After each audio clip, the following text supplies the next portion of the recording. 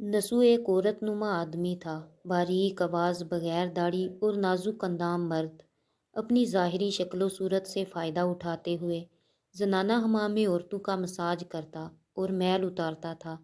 कोई भी उसकी हकीकत नहीं जानता था, सभी उसे औरत समझते थे। ये तरीका उसके लिए ज़रिया माश भी था और औरतों की इज्जतों से मज़ा भी लेता था। एक दिन बादशाह की बेटी हमाम गई। हमाम और मसाज करने के बाद पता चला कि उसका गराबहाँ गोहर खो गया है। बादशाह की बेटी ने हुक्म दिया कि सब की तलाशी ली जाए। सब की तलाशी ली, हीरा नहीं मिला। नसू रसवाई के डर से एक जगह चुप गया। जब उसने देखा कि शहजादी की कनीज़ें उसे ढूंढ रही हैं तो सच्चे दिल से खुदा को पुकारा और खुदा की बारगाह में दिल से तौबा की।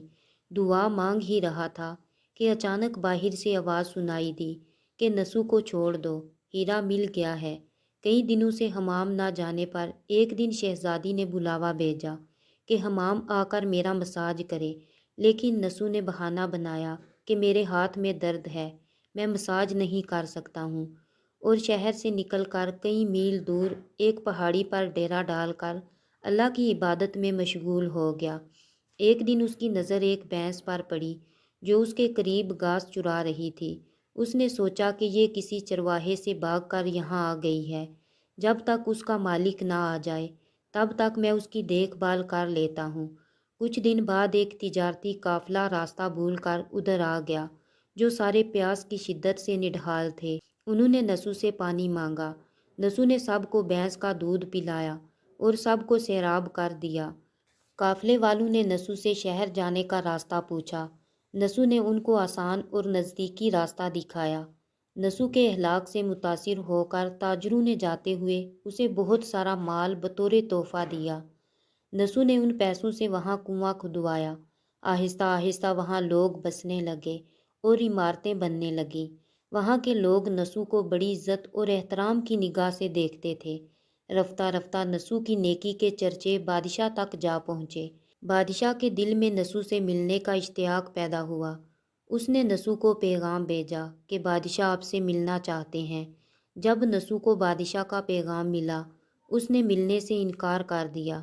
बादशाह को बहुत ताज्जुब हुआ, मगर उस बेनियाजी को देखकर मिलने की तलब और बढ़ गई। बादशाह ने कहा, अगर नसू नहीं आ सकते तो हम खुद उसके पास जाएंगे।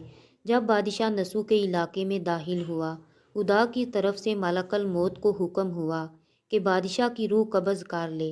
चूँकि बादशाह बतौर अकीदतमंद नसू को मिलने आ रहा था और रुआया भी नसू की खूबियों की गिरविदा थी, इसलिए नसू को बादशाह के तख्त पर बिठा दिया गया।